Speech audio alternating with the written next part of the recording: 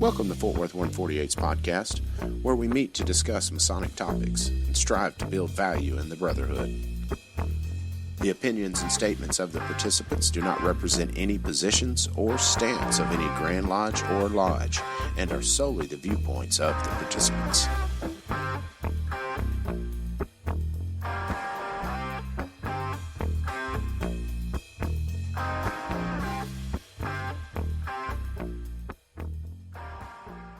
Welcome to the Roadcast, Part 2. Right, the hotel cast. Yeah, that's right.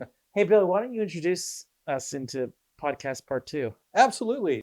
This is Billy Hamilton. I'm a past master of Fort Worth 148 and past master of Texas Lodge of Research, since that is what we're here for this weekend. Hell yeah. And we have with us Chris Ruli, member of Federal Lodge number 1 in Washington, D.C., Alexandria, Washington Lodge number 22 in Alexandria, Virginia. And this year's, thanks to a committee of nice men like you, Anson Jones Lecture, was this 2024? 2024, that. Am I pronouncing Anson Jones right? Yes, Anson Jones. Anson Jones. Yeah. There it is. So I've accomplished the bare minimum. Right. And now you've seen his statue. It's actually one of the two that's in that foyer. That's right. Grand Is it the Lodge. one on the left side when you walk in? It is. The other one is San Houston. Yeah, and they have the apron that you can now see at TLR. That's very cool. Unless we're wearing our super red new past master regalia. It's very red. It's very red. It's with the gauntlets. I'm interested though. It may look really good with the tuxedo. You know, the thing about a tuxedo is less is more with a tuxedo. Okay, that is true. I know. You didn't expect me to say that. No, but it's true, right? That simple elegance. You don't want to go too flashy elegance with it. You don't want huge lapels. That's why I always feel the Masons have huge lapels. Is this new? Well, because Fuddrucker. No, what is it? Was it Fuddrucker? Pieces of flair? Yes. How many pieces of flair do you have? Right. I have 3, 5, and 7 pieces of flair. I have 33 pieces of flair. Oh, look at you. Well, excuse me. Yeah. It's not a Masonic event unless you receive a lapel pin. I think they were giving out lapel pins, by the way. So what was going on today? Today there was a... Today was the statewide York Rite Festival. I think this is the second official statewide York Rite. Really? Festival. Oh, I thought that's something that happens all the time. No, it happened... Or annually, at least. Last year. And so now that it's happened for the second time, it is the official second annual statewide York Rite Conference. That's so funny. I've had the same issue where I had a high school English teacher that said there's no such thing as first inaugural or first annual. Yeah. That term, first annual, does not exist. It's not a thing. So when you do it second time, then you can say it's the annual. Right. But inaugural is appropriat, right? Yes, inaugural absolutely. Event. But when someone says first inaugural, that's just like saying, like, I don't know, hot air balloon. Our chai tea, right? Yes, chai tea. That's right. That's very good. I want some TT. Yeah, some TT. Well, speaking of, I don't know. Actually, this is a family podcast. So that's fine. At least a proper Masonic podcast. That's right. All things that are proper to be written or listened to. Sounds like ritual to me, man. No, I'm just joking. Proof it. Yeah. I don't know what you're talking about. Yeah. You know, especially because we can't publish our minutes. That is really interesting. That's a Grand Lodge? That's a Grand Texas Lodge law. Thing. Yes, you cannot publish the minutes of a Masonic lodge. Now, minutes of a Masonic lodge, what? You bought and sold. You paid $25 to the guy who paid rent or whatever. It's not like it's Masonic ritual. It's who showed up that night. Right. Yeah. How did they vote? The worshipful master opened the lodge and do an ancient form at this time. That's right. Minutes were read. Yeah. Green beans were eaten. That's right. Or maybe not eaten because it's a meeting. Yeah. A presentation was made by, Joe Schmo. We all left at 9:30. The lodge closed in harmony at 9:45. Right.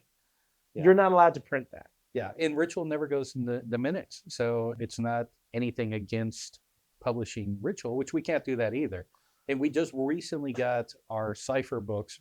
They became legal. They've been around forever, like since the 20s, 30s. You had King Solomon and his followers. But it's been within the last, I would say, I think Jerry Kirby was the Grandmaster And you know what? I have to give him kudos because when he went up there and made the announcement during his Grand Lodge session, he said, I don't agree with it, but you voted upon it. We now have an official cipher that you can use. You know, there are restrictions on it. You can't have a cipher even on lodge property. Wow. You can study it at home. You can bring the book at home or whatever the cipher is. Yeah. You cannot use it to teach candidates. How do they limit that, or how do they prevent you from doing that? Okay, I'm not. Yeah, I'm rules lawyer. So you know what? Honestly, though, I will say there are minor variances, right? As with any published, any publication, there are Scrivener errors and there is errata, stuff like that. And so there are minor differences that you can tell they learned this from the cipher. Wow. If you know the ritual well enough, right? Yes. So what you're telling me was all word of mouth before then. It was officially all word of mouth. But like I said, they've had the unofficial cipher, that you could buy since probably the 20s and 30s. Interesting. Yeah. They just made it to where now, okay, you wanted this, we have it. Yeah. But that's why here in Texas, I have a hard time comprehending jurisdictions that have plain text ritual.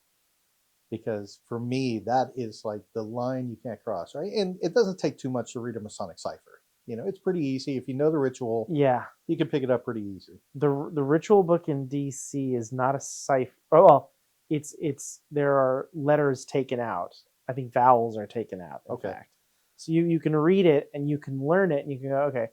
But there's stuff the charges are in plain text. In Texas, it's the same way. The ritual so the monitor of the Grand Lodge of Texas they have the prayers, they have the charges are plain text. And you can publish those all you want because they've already been published by the Grand Lodge of Texas, right? Got it. Okay. And there's also, it's interesting, like the treasurer's duties and the secretary's duties are also in there, not in the ritual. Huh. So. Interesting. Okay. So for anyone who's not a Mason or is not a Mason and is listening to this, number one, who are you? I'd like to know more about you. But number two, it varies by state.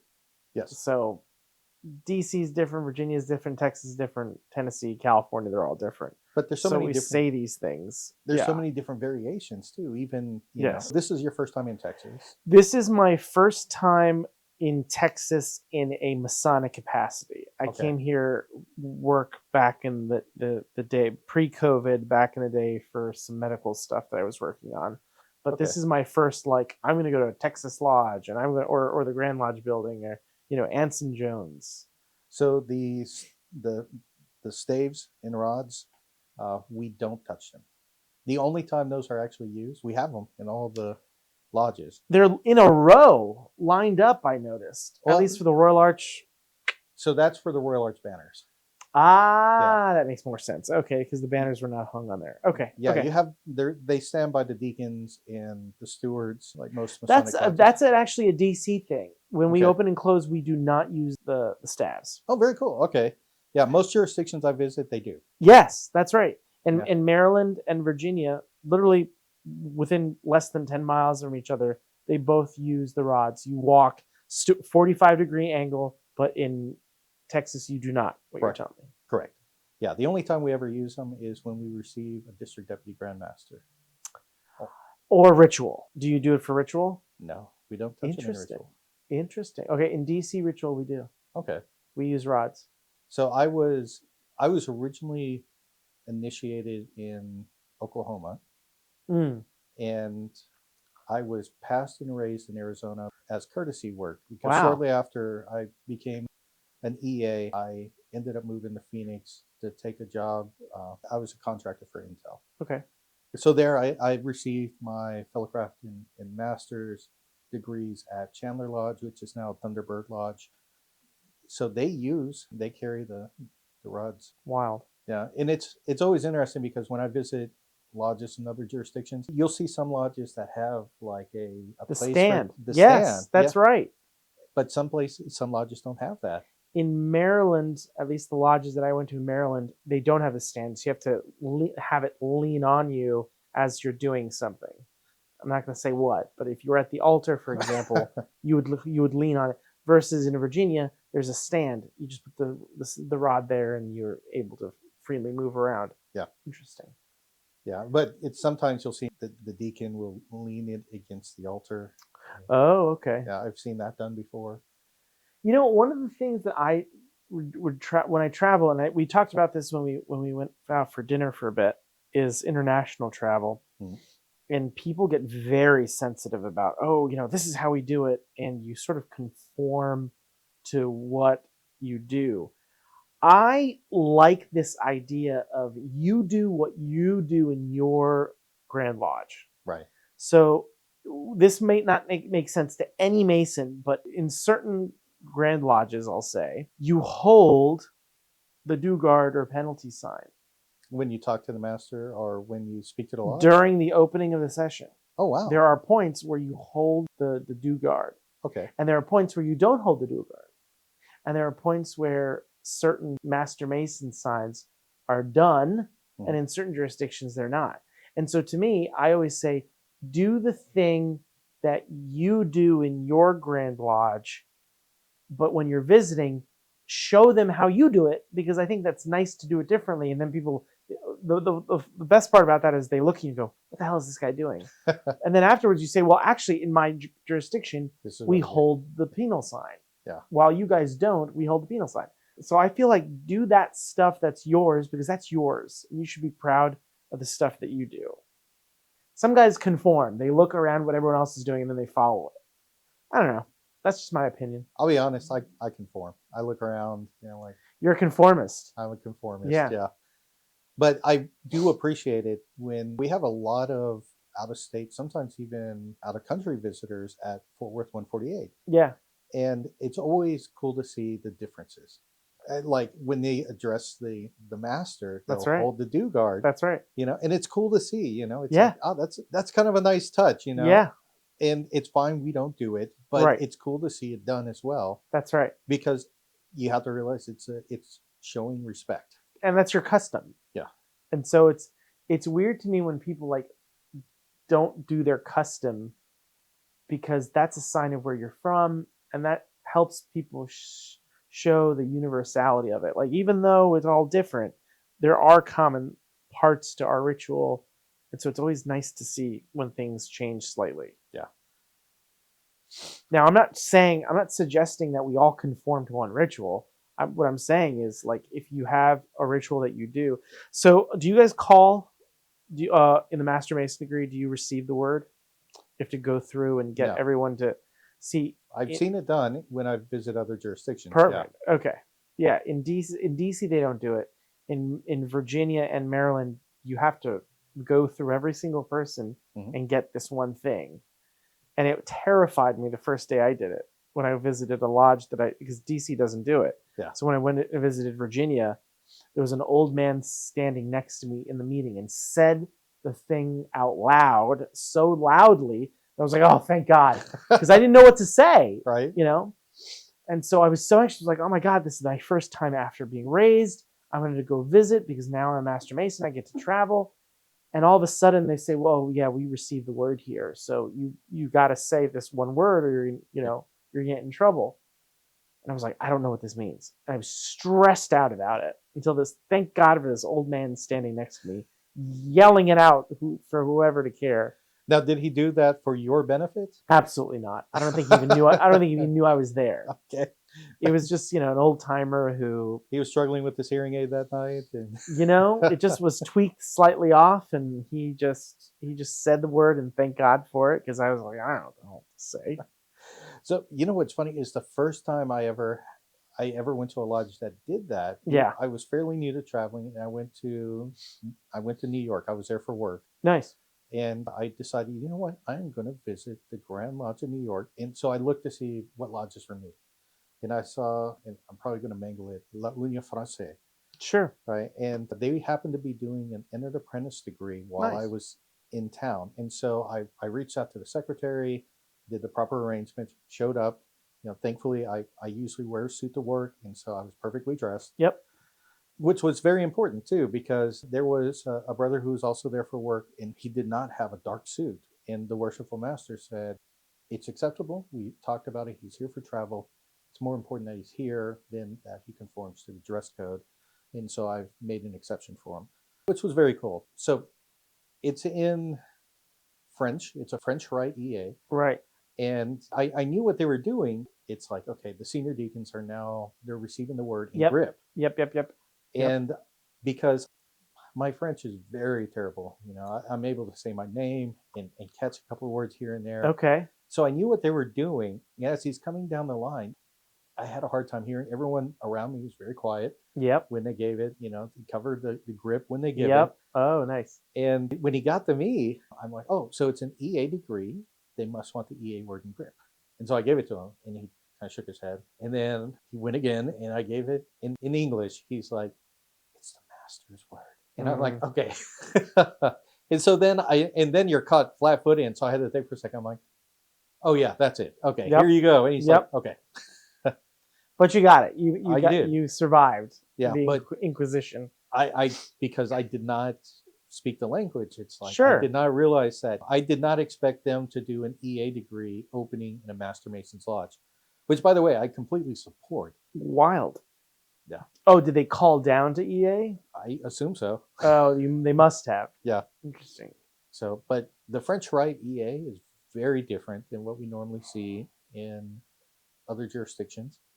It was very cool to watch. So I highly encourage anyone, if they're in the district under the Grand Lodge of New York, that they have like Spanish lodges, Italian lodges, French lodges. Yeah. Yeah, it's well worth the visit if you Nice. have the opportunity. Nice.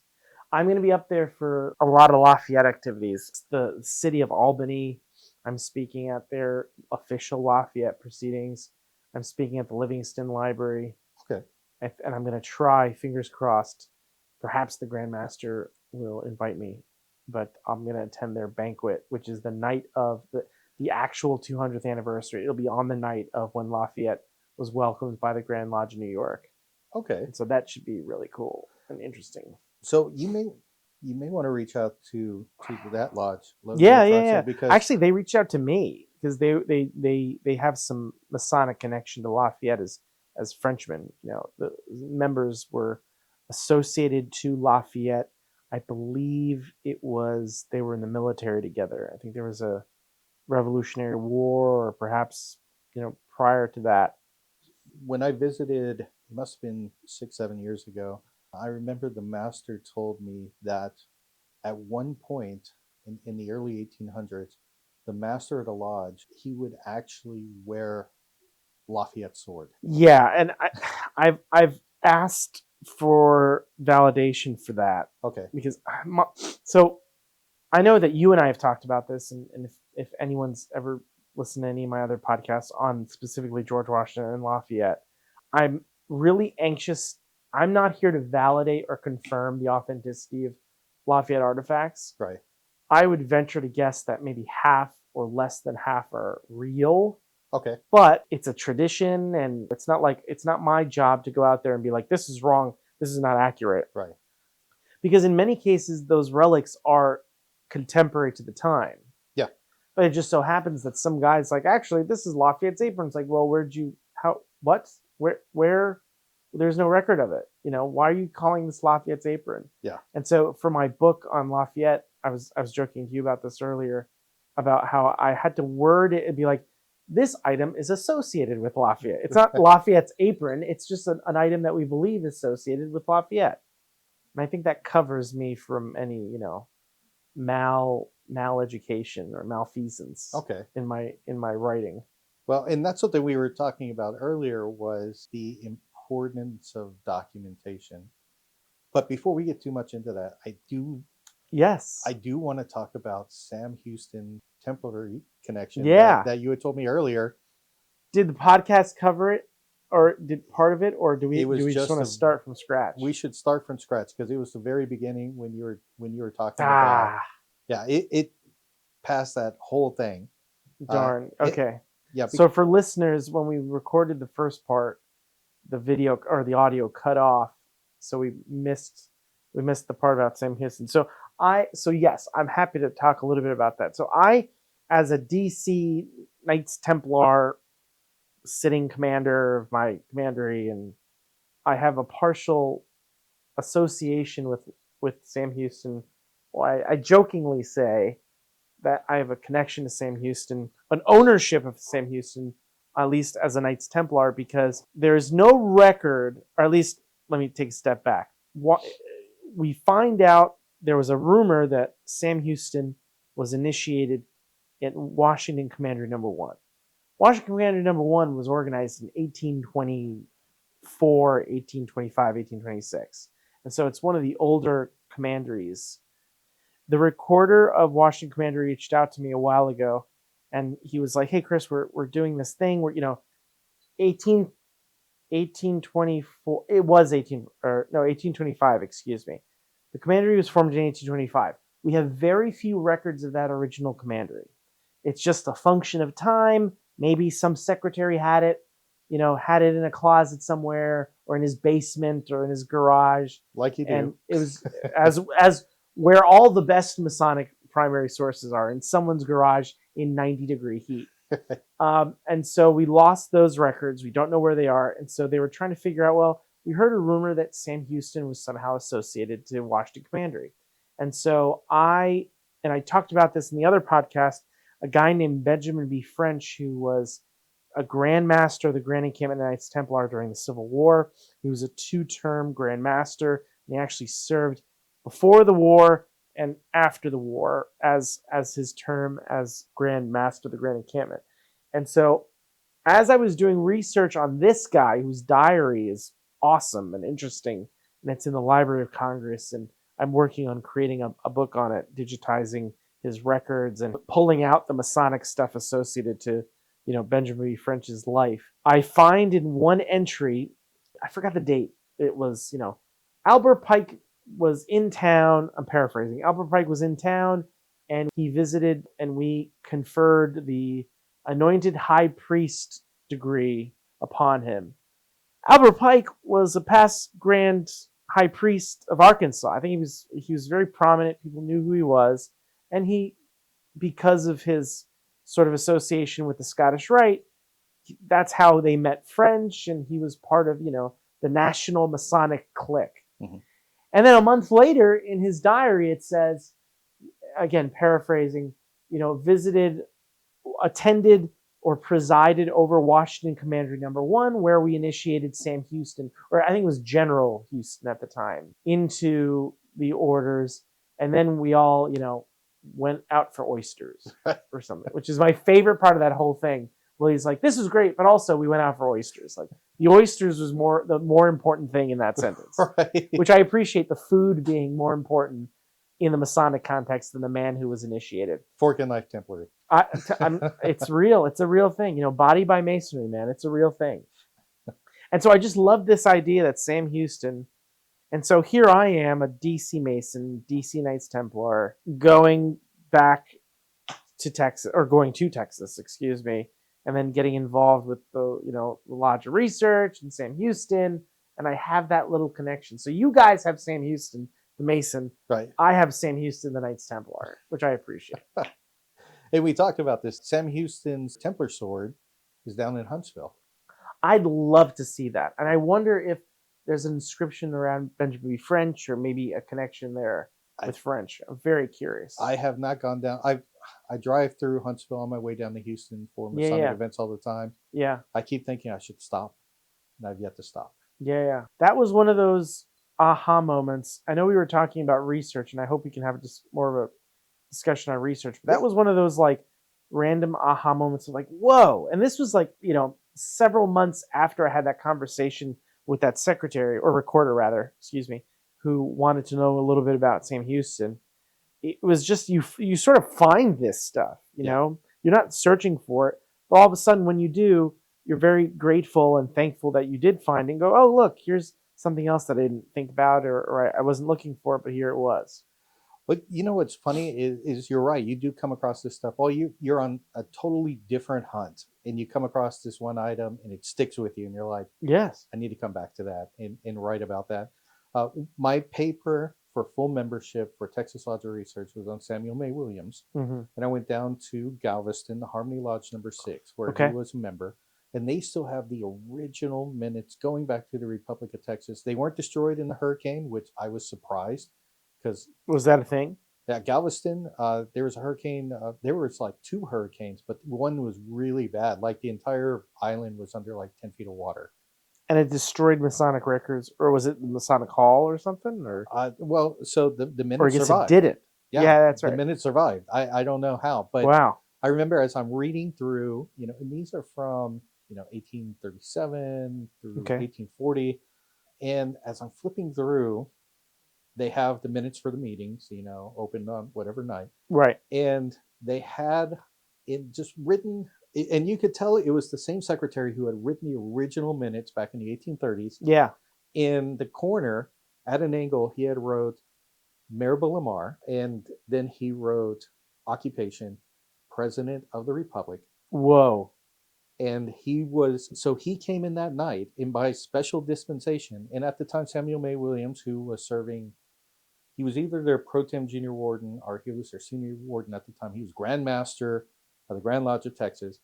And so it's no surprise that by Grand Master's dispensation, even though Marable Lamar was from another lodge, he was an EA with a different lodge, they conferred his fellowcraft degree that night. But it's crazy to see, these crib notes like, oh yeah, by the way, we had a candidate. Who was he? The President of the Republic. That's so great. I'm helping Alexandria Washington digitize their Masonic minutes, and that was one of the things that happened. Like I'm going through the minutes, and I completely missed the part where there's this little star that says George Washington. I'm like, oh shit, I completely didn't even see that. I had to go back because I was looking at a history of the lodge that was printed, I think, in 1890 or something, right. And it said that Washington attended this meeting. I'm like, no, he didn't. I just scanned that. I didn't see that. I went back and I was like, oh yeah, this small little indent, under visitors with a little asterisk that said G.O. Washington.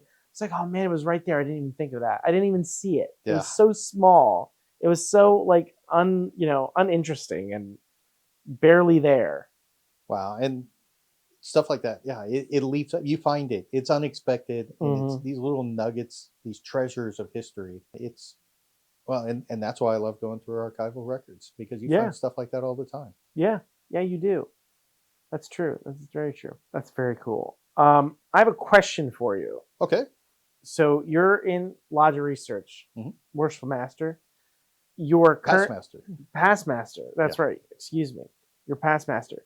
What are the types of questions that you get from non-members about research? So number one, how do I find a research topic? A topic. A topic. That's number one. Okay. Right. Number two, where do I find resources to write my paper? Right. Those are the 2 big ones. Yes. So topic is always number one. And I'm like, just pick up a proceedings, or go through your lodge's minutes. Yeah. And something will jump up at you. There's so much unanswered stuff. And when I posted the concise index that we now have on the website, one of the comments I saw on Facebook when I posted, hey, it's now available, is some guy's like, oh, it looks like everything's been written about it. I'm like, by no means. BS. Yeah, there's so much out there. Yeah. Most of the lodges in Texas, we have the numbers go up to 1,600. Yeah. And I would say probably 99% of those do not have a lodge history that's been published for Texas Lodge of Research. Lots of Masons that were crucial in the formation of the state or the educational system. A lot of people don't realize that Texas Masonry really built the Texas educational system. Wow. Yeah. So the educational system. Educational system. Yeah. Fort Worth 148, my home lodge. There was our original charter secretary. Our lodge was the first 2-story building in Fort Worth. And in the top floor, the Masonic Lodge met like it does. It was kind of a normal thing back then, right? In the 1800s. The bottom floor was used for a church service on Sundays. Oh, wow. And it was used as a school during the week. And our charter secretary was the person who ran the school. The rector? No, that's different. Rector is not right. Principal.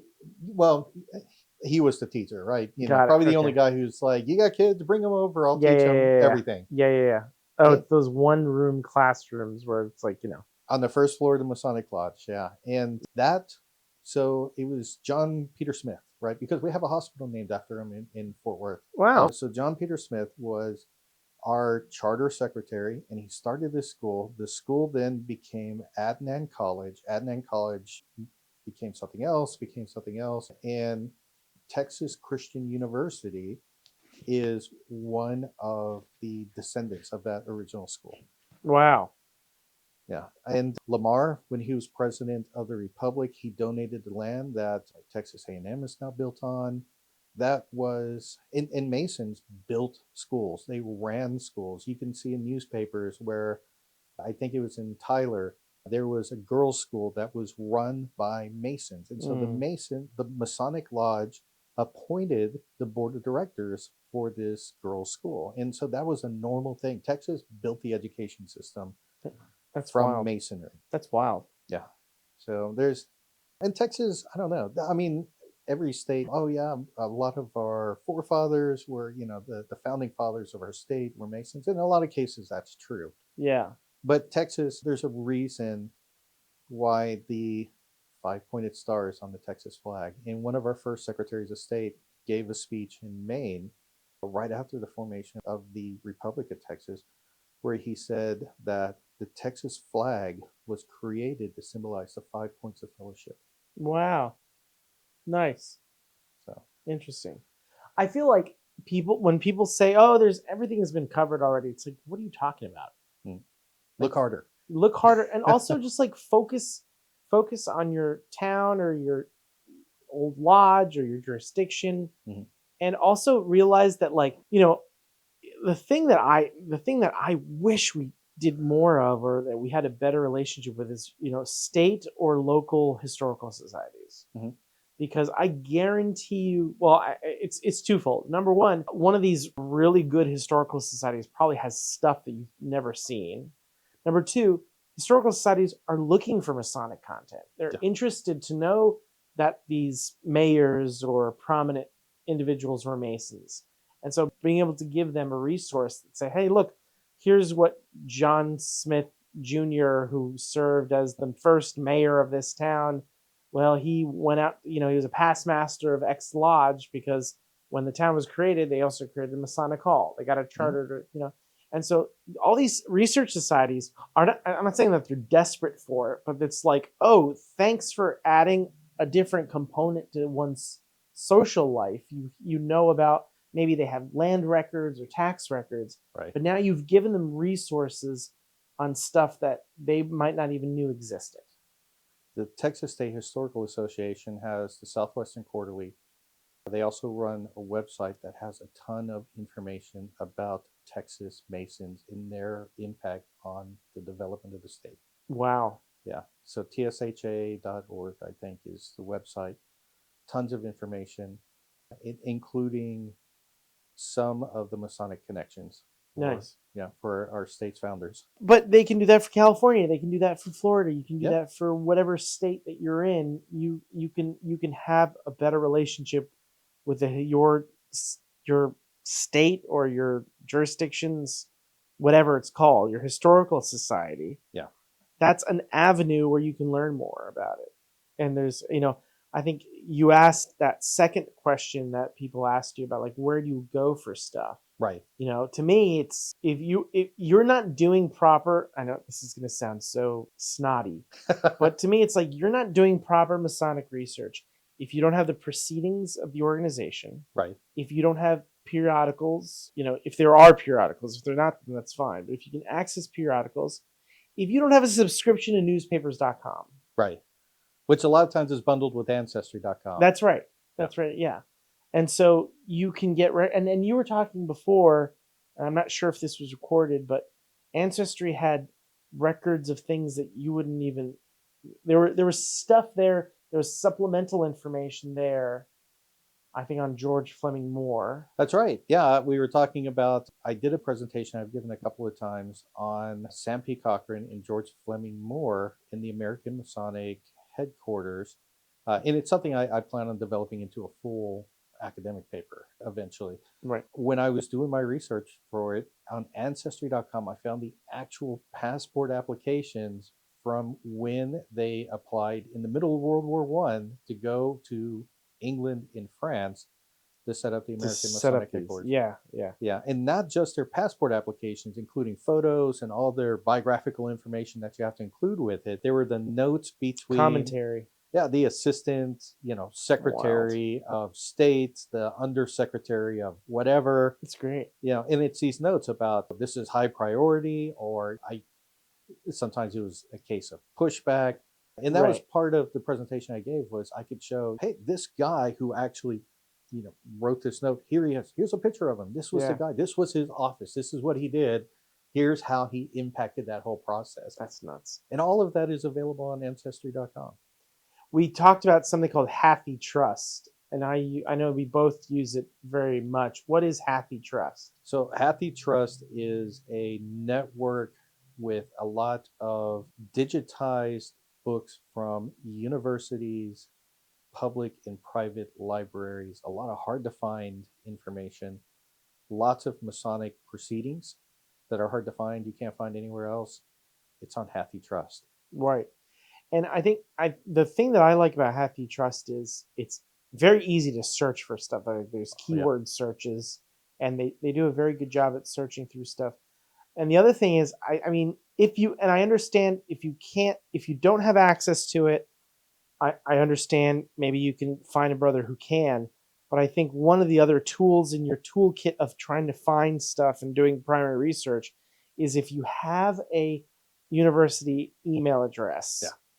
You might think, oh, I have a university email address back in the day. They let me keep my email, but I don't really use it anymore because I use Gmail or whatever. But Happy Trust, you need a institutional email address that could let you in. So at a minimum, I know that I've done it. I know, Billy, we've talked about this before. Having a university email is one of the critical. I mean, it's a great thing to have if you can get it. Right. If you still have it, if you are fortunate enough to go to college and your college still lets you use your old email address. Well, here in Texas, they have a network. Like I'm in the master's program at the University of North Texas. Right. So I have access to the University of North Texas's libraries. But there is a program that allows me to sign up, and it gives me a card that allows me to go to over 1,000 different universities in Texas, including Baylor, Rice, that have these fantastic esoteric and Masonic collections. Right. And I can check them out as if I was a student at that institution. I think it's fair to say across the United States, there are institutions that have Masonic ritual, Masonic stuff, and people don't necessarily know that it's there. Yeah. Well, like we were talking about before, the University of North Carolina at Chapel Hill has J. Ray Schute's personal papers. And those papers didn't go to the Allied Masonic degrees where he was a founder, or Blue Friars where he's a founder, or all these organizations. It went to UNC Chapel Hill. Yes. Yeah. I think people forget about that. So, and that's one of the first things I do is if I'm looking up someone, I look to see what universities he was associated with, and I reach out to see if they happen to have their personal papers, because there's so much good stuff in there that you could find correspondence. Yeah. In their Masonic, you can find a lot of information that would go towards a Masonic biography. I know the University of Texas has several prominent Masons from our Texas history in their private collections. Wild. Yeah, and it just takes a call, right, and follow the process that they outline, because some libraries have restrictions. You can't bring in any laptop bags. Yep, that's right. Yeah. If you go to the Library of Congress, for example, you cannot go into the Library of Congress's manuscripts or any of the division with a backpack. You have to lock it up. Mm-hmm. They will allow you to have a USB that you can connect your USB key into a computer that will allow you to scan and upload files there. Yeah. And so it's one of those things where I'm like, if you're going to go to the Library of Congress, you're going to the National Archives, make sure you are prepared, because it's not like you show up with your laptop and your phone and expect to take photographs and, Well, and that's another thing too. Photographs, you need to ask them for their photography policy. Right. Because some places you can use your phone, you can bring in a scanner, and then some places are restrict you to they have to take a photograph for you before you Right. can use it in any kind of publication. Right. Oh yeah, and then it's permissions issues and Yes. yeah. I feel like the one issue with the fraternity, not everyone, excuse me, from a historical standpoint, I feel like we didn't have enough professional historians doing stuff. It's always, here's past master John Smith, who's just been a master for 15 years, and now he's in charge of the library, and he's, an old retired chemist or biologist, Mhm. but he's doing this on the side because he really likes research, and it's really important to him. And so these guys are not trained on how to properly manage or index or catalog. Right. I've been to Masonic libraries and museums where I'm like, oh, John works here part-time and he comes in once a week to do certain work. So you got to make sure you get him on a Wednesday or a Monday because that's when he's there. Right. And what does he do? Well, he works at the university and that's his main job. But then he likes to do stuff on the side and help us out here. And it's like, in order for you to know what's there in your jurisdiction or your library, you should take a little bit of time of, like you said, like learn a little bit about the odds and ends of how your library and museum work. Yeah. And especially because you want to remain on their good side, because if you publish something and you don't follow the proper process, I know it's not always necessary to ask for permission, especially if something is now in public domain because due to time or what have you. But it's always good to just touch base and say, hey, I just wanted to let you know I did some research at your institution. I'm going to submit this for publication. Just want to make sure it's okay. Because they may not be able to prevent you from publishing, but they can prevent you from coming back and doing more research. That's right. you might get blocked, or they'll say no, thank you. Yeah. Interesting. Yeah. Yeah. I sort of feel bad. I've had to, unfortunately, because you go through Happy Trust, you go through all these different sources, and you sometimes find, oh, here's an interesting book I don't know, where I can find.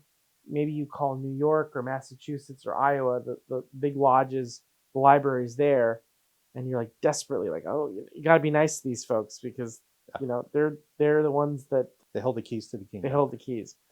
When we were driving, and I don't know if we caught this on the first podcast, when we were driving, we talked about the relationship between how Masonic researchers engage with each other. Okay. I don't know what are your thoughts on that? It's interesting because it's almost like there's a small club, right? And it seems like when you kind of break into that club, it's somehow you are going to get networked to everybody else in the club. That's my thoughts of it, right? It seems like that's right because we see each other at Masonic Week, our other Masonic events, and you get to know each other. Yeah. And it's weird, I remember actually we were at Masonic Week this last time. That's right. And it's funny because I remember someone was talking to me at our vendor booth, and you walk up and you're like, "This is Billy Hamilton." Yeah.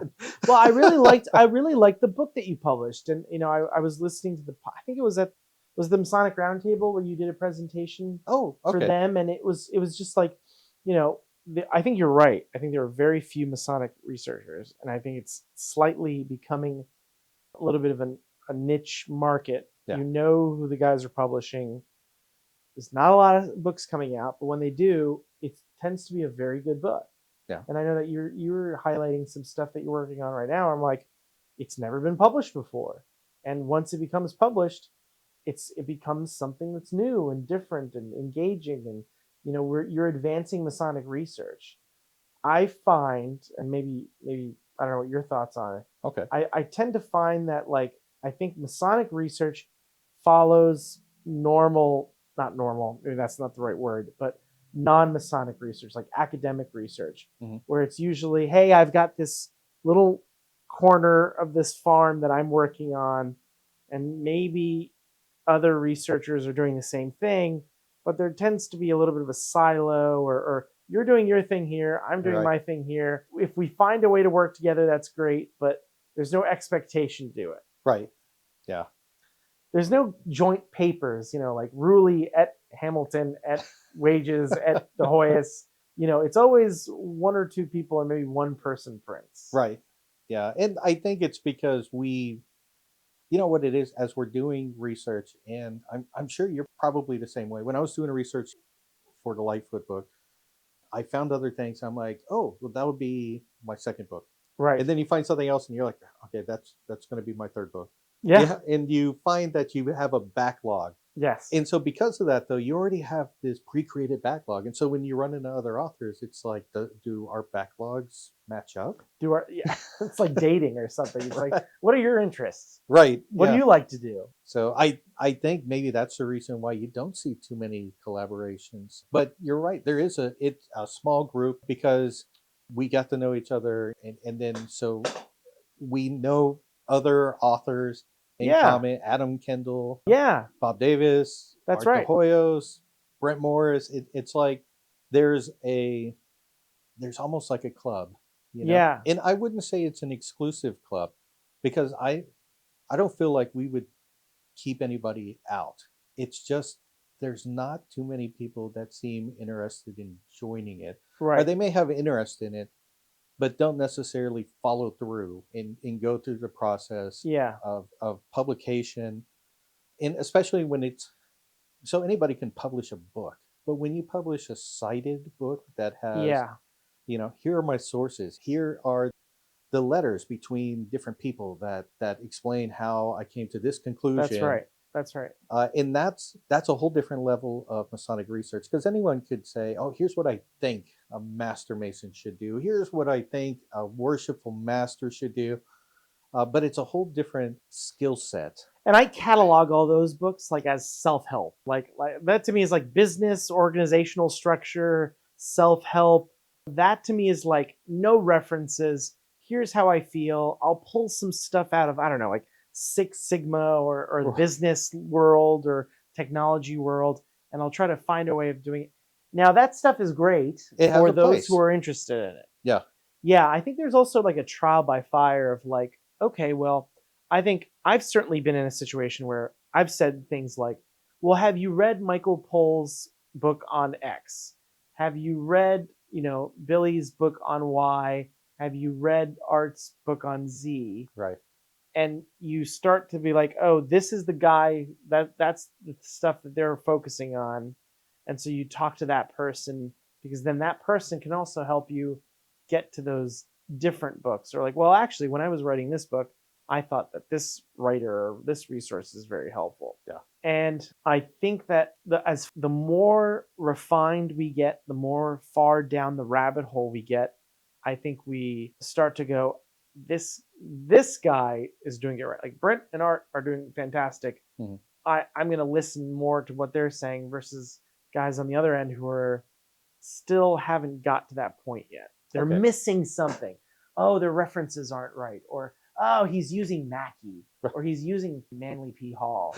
Like, he's got to use the right references. Or something that even caught me when Art was like, hey, Chris, you're using a wrong version of this source. You should be looking at the original printed source that was printed in 1801 versus the reprint in 1827.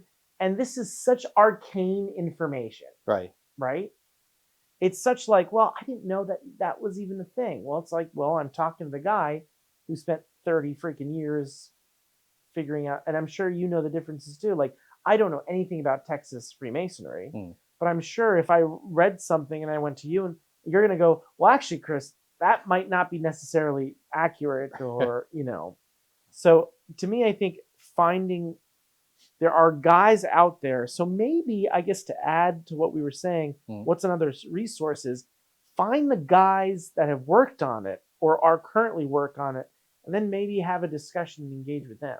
Well, and the great thing about that is I have yet to, out of all the people I've ever reached out to, Masonic authors like that, I've yet to have one say, go away, I don't have time for you. Every single one of them has been super gracious with their time. Very good. Because it's their passion. They want to talk about it. And if someone else is interested in it, then you could tell that they enjoy the conversation just as much as you do. And so I think you're right. Other authors that have been there or have worked on similar things, they're more than willing to talk about it. I mean, that's why they wrote the book in the first place, is because they wanted to tell people about it.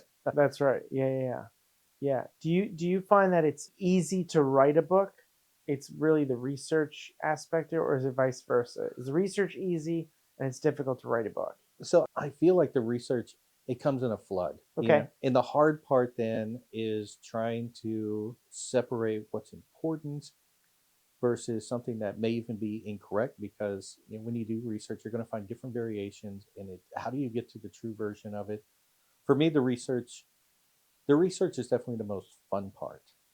Yes. There's something about walking into an archive, and especially if you know that it is unpublished material, nobody's looked at it, and there's something exciting about that. So the research is the part I like the best, but I think it takes more effort because you have to sift through it. You have to make sure Right. that your data is correct, right? Because data is key, right? Data quality and integrity, because I'm going to say a stats term: garbage in, garbage out. exactly, yeah. So it's maybe not the easiest, but it's the more fun part of writing. And then the writing itself, it can be tedious because I don't know about you, but I will write something and then I will read through it and read through it and read through it. And then I find that I have to, if I read it aloud, I'll catch things that I could have been over it a dozen different I'm times. so glad you mentioned that. Yeah, I actually read out loud all of my work. Okay. I read White House and Freemasons out loud to myself because that's how it's just a way. I think it's like a way that people learn. It's like audio visual Mm-hmm. versus reading versus like doing, like manipulating stuff. People learn that way too. And so to me, at least, I like to. Apparently, Tolkien did the same thing. Okay. Tolkien wrote as if he was speaking to someone because he was obsessed with myth, or like the idea of myth. Right. And he was so angry, or disappointed perhaps is the better word, that England didn't have a national myth like Italy or Greece or Germany had. And so he created Lord of the Rings, or the entire Silmarillion and all this stuff. Right. And so he did it as a speech, like it was like Homer talking about the Iliad. And so that was what Tolkien did as well. Now, I'm not trying to compare my stuff to that, but what I was saying is that mentality of like, I'm trying to communicate. To me, I found, and this is what I write when I tell people, I say, write simply. Right. Don't write like it's a technical manual that you are using like $20 words. Like, write simply as if you're communicating a story, and those stories tend to be interesting or engaging. There was a guy who literally told me, I liked your book up until the end, the last chapter. The last chapter was very mechanical because you didn't have any story. It was just the president did this, the president did this, the guys went there. Right. And I was like, yeah, because there wasn't a story. The story is there wasn't anything going on. Right. And so it's so interesting that someone caught that. It was like, in the beginning of the book, it was great because it was a story and it flowed well. It had a that narrative. last chapter, it was just like, there was no story to the engagement of the Freemasons and the presidents. Okay. And he was like, I just couldn't grasp it. And I was like, I think that's a function of the story itself. Right. That we didn't have guys who were liaisons to the White House. And so it's sharing a story in simple terms, in simple language. And that's why I speak and I review it and read it out loud. And I'm like, does this make sense? Just like you said, like you catch stuff. Yeah. Yeah, and sometimes you can get too close to it. It's almost like getting snowblind, right? You'll read over something over and over again to the point to where even if it's wrong, it's like it has become too familiar. Mm-hmm. And so when you read it out loud, because it's a different form of input, you process it differently. Right. And I think you pick up things.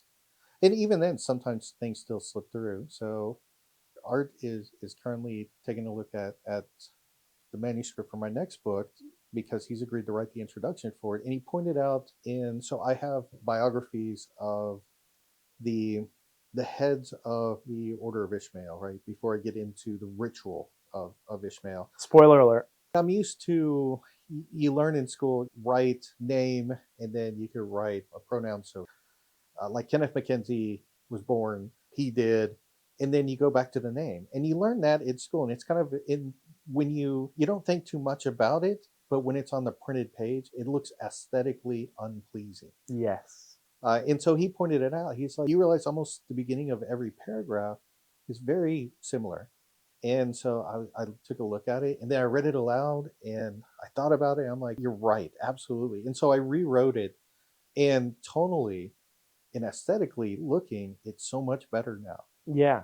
And it was just a matter of just changing some of the positioning of stuff before, because it was like just Kenneth McKenzie, Kenneth McKenzie, Yeah. Kenneth McKenzie. Right. And you get too close to it. You spend so much time on it, it doesn't jump out at you until someone points it out. Yeah. I think having peer review is helpful. And in fact, I think it's necessary. You Yeah. need someone else to look at it and go, hey man, you might want to check XYZ because it might be off. Right. Or it might be.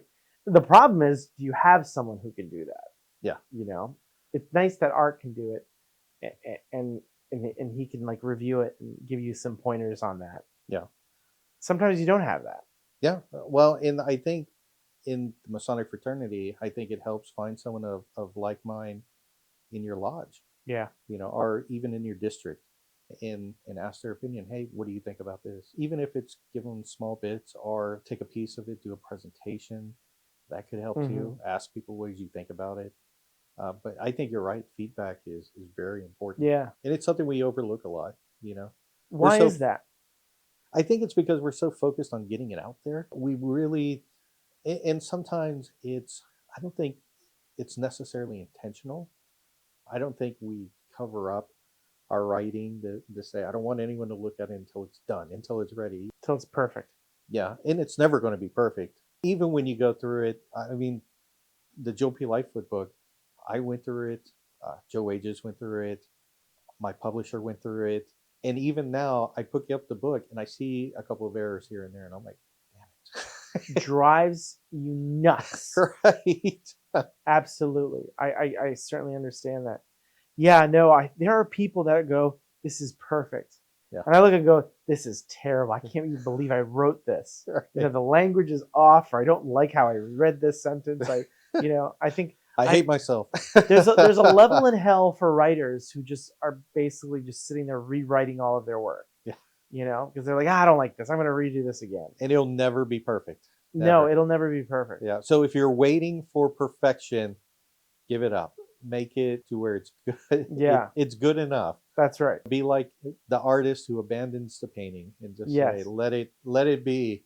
Well, also, there's a thing to be said about second editions or third editions where you can go, well, that was the intention there. You did it, you published it, and then in a second edition, you get to come back with fresh eyes and go, I'm going to, first of all, fix all these weird grammar things that I missed and I'm so angry about, but also just add stuff or do stuff. It was so funny. When I finished the White House book, I had a realization, like an edit, like a eureka moment on George Washington that I didn't include in the book. And I was just like, this is so perfect. It perfectly encapsulates how I want to explain George Washington for my book. And I discovered that after printing the book. Right. It's already published. It's already out there. I mean, like, this is perfect. This is exactly how I want to say it. This is exactly how I do it. I wrote it down. And so for the second edition, I'll include it. But I was just like, it did not, in my brain, it did not register at the time that I was writing it. Right. I have this idea that Masonic research is split into three parts. Okay. It's split into what do you want to write about? Okay. The actual physical process of researching, discovery, going through books, going through documents, going through PDFs, and then the writing part. Okay. And all three of those parts are just as equally dangerous or difficult or cumbersome or whatever you want to call it. But I think it's three. Okay. And each of those requires a different skill set, which writers may not necessarily have, Yeah. or at least Masonic writers may not necessarily. Yeah, that's a good breakdown, actually, because, it's the discovery and then like almost a rediscovery. I discovered it, and now let me discover everything about it. Yeah. And then let me put it together so people can, how do I explain what I discovered? Right. So I think Adam Kendall writes so well. I think he's an expert on that third part. He writes so beautifully, and it's just the prose is very well. I don't. I sound I'm not doing this intentionally. I'm not saying but I'm just like, I write the stuff that I write is so concise but even he called me out on it. He's like, you write like you're not a writer. You write like you're a statistician. You write like you're a mathematician. You're very concise, and you're like, John Smith did X, Y, Z. Right. Next page or next paragraph. Full stop. Blah blah blah. You know. Meanwhile, Adam is like, how does this help advance John Smith's? He just does it in such a way that you enjoy. It's rich cake, I call it, where it's just like it's fluffy, it's nice, people like it. Mine is just like, here's just the icing.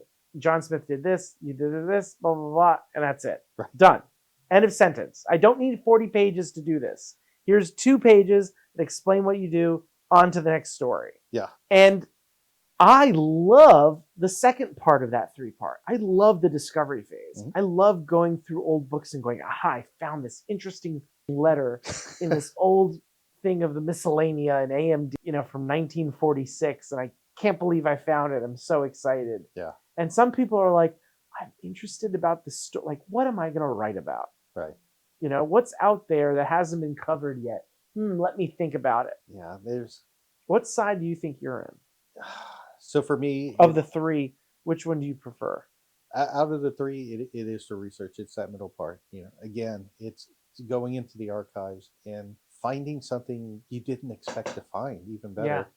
Like when I was at the United Grand Lodge of England, and as I was going through the correspondence between Mackenzie and Irwin and Yarker and Westcott, I found a letter, and I know it's been found before because there were some notes on there, and so other people have discovered it, but for me to actually hold it, where it was a letter from Mary Mackenzie, the widow of Kenneth Mackenzie, and she was writing, "Dear Dr. Westcott, I am having trouble going through my husband's papers, and I wonder if you would send the delightful Samuel McGregor Mathers over to take a look at these because I don't speak French." Yeah, and looking at it, it's almost like an aha moment. Like, you don't know, but you feel like this is how the Golden Dawn cipher manuscripts were, how they transferred to Westcott and Mathers, right? This letter is almost like it's a smoking gun, but it's after it's already been fired. So you don't know what the bullet actually was, but was it that magic thing that everyone's looking for? Yeah.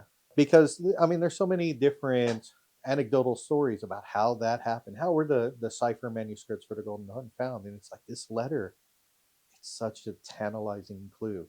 And you don't expect to find stuff like that, but it's like, there it is. And then there's also the thrill of this letter was actually held by Westcott 140 years ago. Yeah. Yeah, sure. Whenever you pull an old letter from 150 years ago. The previous DC Grand Secretary did something that I didn't even think about. He's like, I said, "Oh, we're gonna throw this stuff out. It's not really useful." And he goes, "What happens in 250 years? Someone will really find." And he was like, "Chris, if you found something from the 1790s and it was a receipt, from 1790 about a Masonic thing, you would want to keep that." And I was like, "Okay, that's a good point." Like, keep that stuff, even though it was like trash, and because it's from 2007. Let's toss it. Who wants it? Yeah, here's the receipt from George Washington for a Stromboli from Vinny's Italian restaurant. There you go. Yes. Someone wrote a whole PhD just on that Stromboli. Right. Yeah. I don't know. I guess. Do you think that Masonic research is accessible to everyone, every Mason? I want to say it can be, but in reality, it's not going to be because it does take patience, and sometimes you're going to beat yourself up as you go through it. And so it takes patience and perseverance. But it also takes, you do have to be, if you're going to be an actual Masonic researcher, not a Masonic author, but an actual Masonic researcher, you need to be dedicated to limiting yourself to cited resources, because there's a ton of anecdotal information that it's like, I would love to throw this in the book. I would love to have it in there. It adds such an awesome dimension to it, but there's no proof that that's actually what happened. So I'm going to have to set that aside. And so that's part of, I think, you have to be a purist when it comes down to that. Because we talked about that earlier in the car. We talked about how many cool stories are there, but it's like, great, this is a very important sentence. Cite your source. And that's where it falls down. It's like, okay, I can't do that. And it's like, then it's not really, you can state that there's an anecdotal story about X, but you still have to cite that, right? I found this anecdote here. That's right. Not only have you have to cite it, but it's good proper form to say this is allegedly. It's probably not the case, but we want to include it for completeness. Right. And Yeah. that's okay as long as you acknowledge. I think one of the good elements of good Masonic research is also acknowledging your limitations and being like, look, I went to this university or this library. Right. Here's what we have on that, and here's what I'm going to present to you. And I think what you do then is you, by virtue of you writing that book, you set the foundation. Okay. So you are saying you are doing something on Ishmael. Mm-hmm. You are presenting to a large audience something that they've very rarely seen. So in other words, you are setting up the foundation for this type of research. Right. And that way, I don't think Masons think of it that way. And they go, this is Billy's thing. He's going to be known for it. And no one else can do this research except for Billy. It's like, no, what Billy has done is he's introduced this topic into mainstream Masonic research. And then people can build work a structure off on that, it. build a structure on it. Yeah, like And Masons do. Yes. I think Masons take this ownership. I've done it myself where I'm just like, well, I'm going to be the Masonic president guy. Okay. And if that is what I want to do, then great. And I'm going to search out and I'm going to find all this stuff. And so whenever anyone else publishes a thing on Masonic presidents of the United States, in the back of my mind, I go, well, it's not going to be great. Because I'm the one that spent 7 years working on this. Right. But the front end side of me, the logical side of me is like, great, maybe they found something new to the advance and maybe they'll contribute to it. Right. I don't think we do a lot of that. Have you seen a lot of papers that criticize or add to someone else's work? I don't think I've seen a lot of it. Right. Or usually it's someone who's coming back and doing a second pass on their own research. On their own research. That's right. Yeah. But there's no like commentaries on Billy's work on Ishmael. Right. Yeah. The only commentaries I've seen is commentaries on like morals and dogma. Yeah. But because it's so dense, That's it's like Clausen came back and said, okay, let me really explain it to you. Right. Or I think Alan Bernheim, Alain Bernheim, who was a Herodom. He used to write a lot for Herodom. He passed away, I think, a while ago. But he did a lot of research on Masonic ritual for Scottish Rite. Right. And so he, once or twice, I noticed articles in the Herodom, which was like, he wasn't even doing primary research. He was just responding to research that was printed in Herodom. I think that kind of stuff we don't do. Right. A critical analysis, you know. That's right. That in the way it makes it better, right? Because it points out things that, oh, maybe this is a deficient supposition, right? Maybe I did jump to conclusions here about whatever. And I think if done properly, it makes us all better. If done properly means you also you add to it. You add some, not just attacking someone's work, but you add to it and supplement and support it, I think. And I don't think we just do that. And maybe that's a Masonic thing. Maybe that's just a cultural thing. Like I know I wouldn't feel disappointed if someone did that. But I would be like, oh, that's interesting that they found something new and great. Right. And in my mind, the researcher is like, man, I wish I saw that before. I wish I could include that in my book. Yeah. But that's unrealistic. Well, so to turn the question back on you, what do you think? Is every Mason have the ability to be a Masonic researcher? I think there is a class of Mason that is interested in research. Okay. I don't think every Mason who is a Mason in the United States right now, let's say, gives a crap about it. Okay. I think there's a subset of Mason that goes, listen, I just got out of work. I'm going to go to my Masonic meeting from 6:30 to 9:30. I'm going to have my green beans and my cold chicken, whatever, or Popeyes or Chick-fil-A, whatever. Right. We're going to go into that lodge hall. We're going to talk about minutes. Yeah. We're going to pay our bills. We're going to banter about how much dues are due.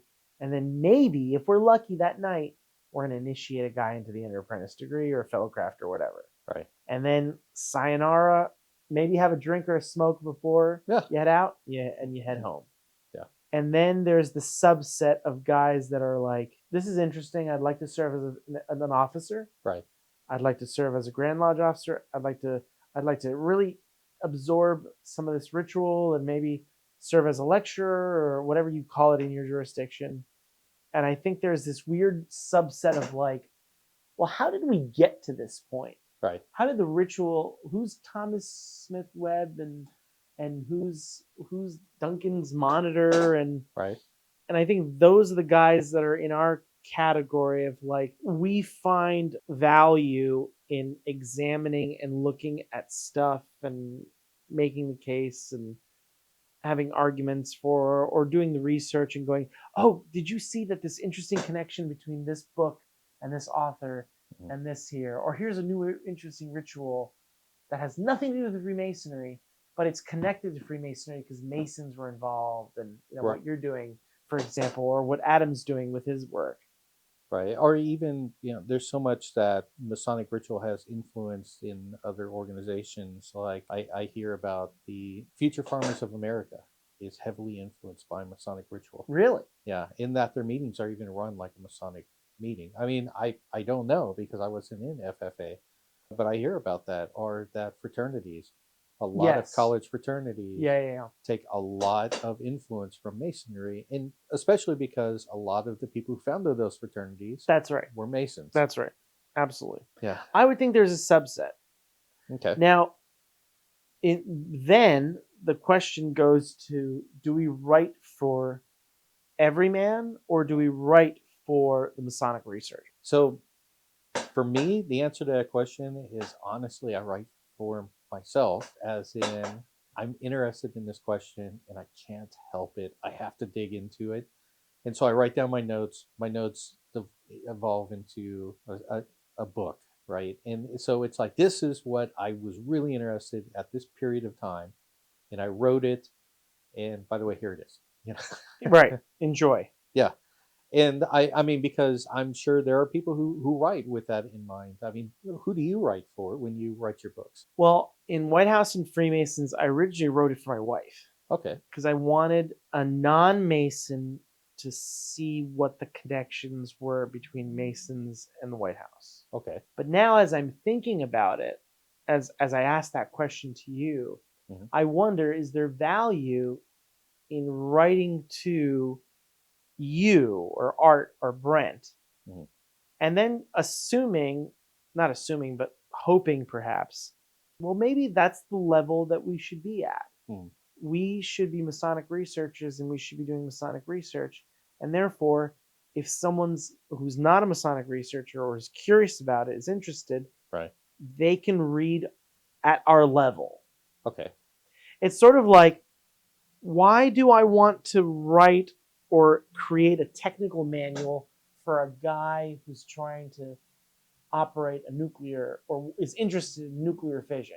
Right. What I'm writing a technical manual is for the guy who actually is doing this, who's managing nuclear submarines or something.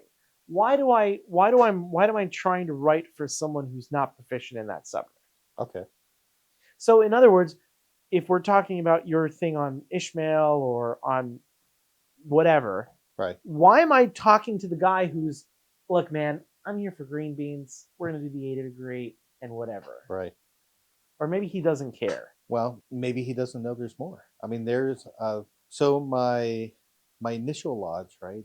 I remember being a brand new Mason at 21, the age you had to be back then. I would go in and it's like, I'm excited to talk about Masonry. Yeah. And I would go in and we'd have a potluck dinner. Yep. And then we would go up we wouldn't talk about Masonry at the dinner. It's like, oh, how's your wife doing? She hurt her knee. Did she get over that or whatever? And it was a friendly banner. And there's a place for that. There really is a place for that. But we wouldn't talk about, okay, so I'm a Mason, and I'm a brand new 21-year-old Mason. What is Masonry? We didn't talk about that. And then we'd go up, and being an EA, though, I couldn't sit in the meetings at the time, but I remember going to Arizona, and great lodge, great group of brothers. I have nothing to say against them. Right. But again, it's like we didn't really talk much about Masonry in lodge. Interesting. And I think there's a lot of lodges where that's the way it is. We come together, we eat dinner together, we enjoy talking to each other as men talk to each other. And then we go in the lodge, we do our business, and then we go home. And there's no, okay, so in the opening, when we do this, why do we do that? Well, we've always done it that way, is usually the answer when you do ask it. And there's no investigation, there's no exploration, there's no questioning. And I think as I read through especially the older Masons' writing, it seems very much like Masonry was intended to be a series of questions. And it was intended, I think, for men who engaged in Masonry to be philosophers and to contemplate, what does this symbol mean? How do I apply it? What does it mean to me? How do I impart it in my daily activities? I think Masonry was intended to make us into philosophers. And somewhere along the way, we lost sight of that. And so there's a lot of lodges that I think guys just don't know what to question because they never really talk about Masonry, even at the Masonic Lodge. And sometimes maybe the intro into that questioning is they're like, oh, there's this book by Chris Ruli. Hey, I love George Washington. I love the Masonic presidents. And so they pick it up and they read it and it opens it up to a whole new world. Yeah. But it's something that even being a Mason, you may not be exposed to it. Is our job as researchers to make it available to them or not really? Available? Yeah, I mean, it should be available. Information should be available, period. It doesn't even have to be Masonry. Is it our job to kind of force people into it? No, absolutely not. But, we can publish our books and hope that someone picks it up and finds it entertaining or enlightening. Right. That it has some kind of impact on them. Right. But, it's not our job to grab them and say, look at it, If it was, I mean, we wouldn't be here. Yeah, we wouldn't be here. Interesting. Cool. I think the roadcast will last some final thoughts and discussion points. Yeah. So I think you bring up an interesting point though about should every Mason be a researcher? Yeah. I mean, should every Mason be a ritualist? If that's your interest, it's open to you. Just participate. So, but anyway, so once again, it's been a great conversation. I appreciate you taking the time to talk, and we've been talking all day long. Just get ready for part 2 or part 3, whatever we're at. All right. So this is Billy Hamilton signing off. This is Chris Ruli signing off. All right. Thank you very much.